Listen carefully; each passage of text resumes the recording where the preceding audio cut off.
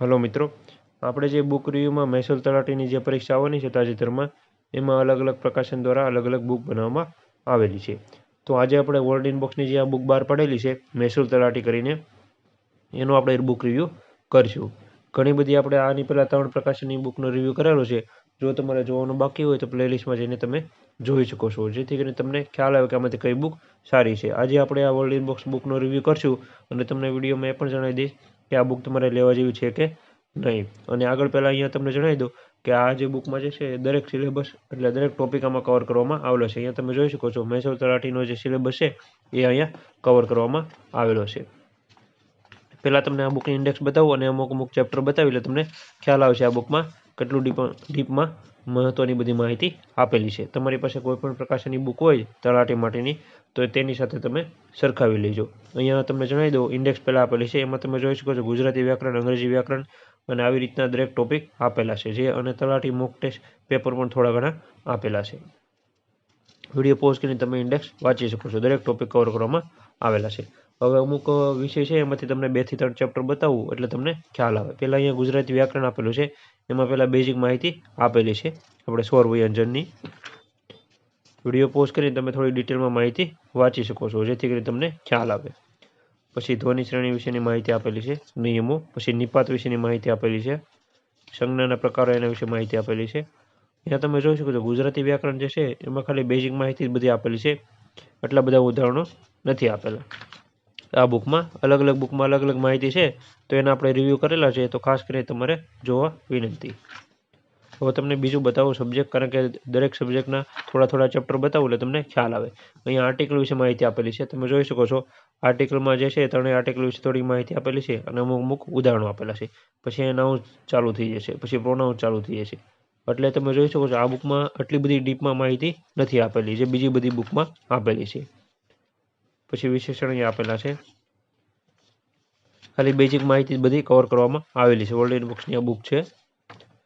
પછી બીજું તમને જે છે થોડુંક જાહેર વહીવટના પણ અહીંયા ઓનલાઈન પ્રશ્નો બધા આપેલા છે, એની પણ ડીપમાં માહિતી એટલી બધી નથી આપેલી. પછી અહીંયા તમે જોઈ શકો છો જે બેઝિક માહિતી આપણે જે બંધારણની હોય છે તેની માહિતી બધી આપેલી છે. અને અહીંયા જે છે એ જાહેર વહીવટ વિશે પણ થોડીક માહિતી આપેલી છે. ગરીબી અને બેરોજગારી વિશે માહિતી આપેલી છે. આંતરરાષ્ટ્રીય સંગઠન વિશે માહિતી આપેલી છે, એના અલગ અલગ પ્રકારો. પછી અમુક માહિતી બધી અલગથી દર્શાવવામાં આવેલી છે. અને અહીંયા ઇતિહાસ તમને જણાવી દઉં. ઇતિહાસ જે છે લગભગ બધા પાસે છે, પણ અહીંયા જે આપેલો છે ગુજરાતનો ઇતિહાસ, એમાં પણ તમને 2 થી 3 ચેપ્ટર બતાવું એટલે તમને ખ્યાલ આવે. અહીંયા પહેલી બેઝિક માહિતી દર્શાવવામાં આવેલી છે, એ પણ તમે જોઈ શકો છો. પછી બીજા સબ્જેક્ટ બતાવું, કારણ કે આખી બુક તો નહીં બતાવી શકું, તો અમુક સબ્જેક્ટ તમને બતાવો એટલે તમને ખ્યાલ આવે. ગુજરાતના જિલ્લાઓ વિશે માહિતી આપેલી છે.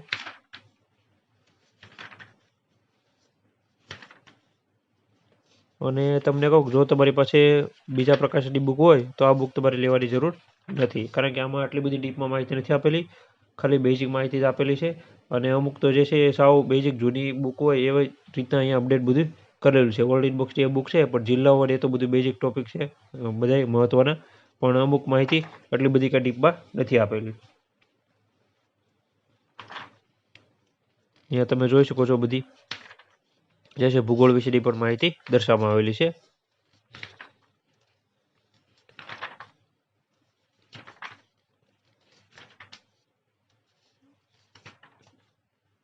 સાંસ્કૃતિક વારસા વિશે પણ આપેલું છે, પણ એ તો કાંઈ એટલું બધું બહુ ડીપમાં નથી.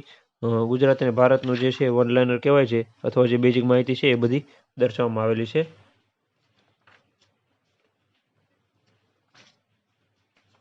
એ પણ તમે જોઈ શકો છો.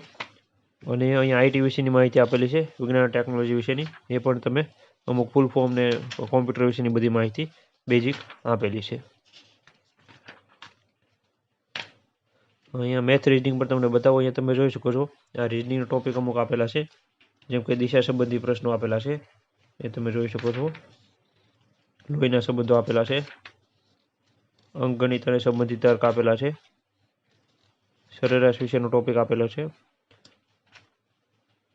નળ અને ટાંકી વિશેનો ટોપિક આપેલો છે. તમે જોઈ શકો ડાયરેક્ટ ઉદાહરણો છે, એટલી બધી કાંઈ બેઝિક માહિતી છે નહીં આ બુકમાં.